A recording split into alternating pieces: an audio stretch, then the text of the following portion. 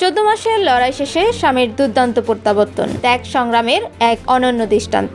চোট কাটিয়ে দীর্ঘ 14 মাস পর ক্রিকেটে ফিরেছেন মোহাম্মদ শামি, আর ফিরেই যেন ঝড় তুলেছেন। চ্যাম্পিয়ন ট্রফিতে বাংলাদেশের বিপক্ষে প্রথম ম্যাচেই নিয়েছেন 5 উইকেট, কিন্তু এই প্রত্যাবর্তন মোটেও সহজ ছিল না।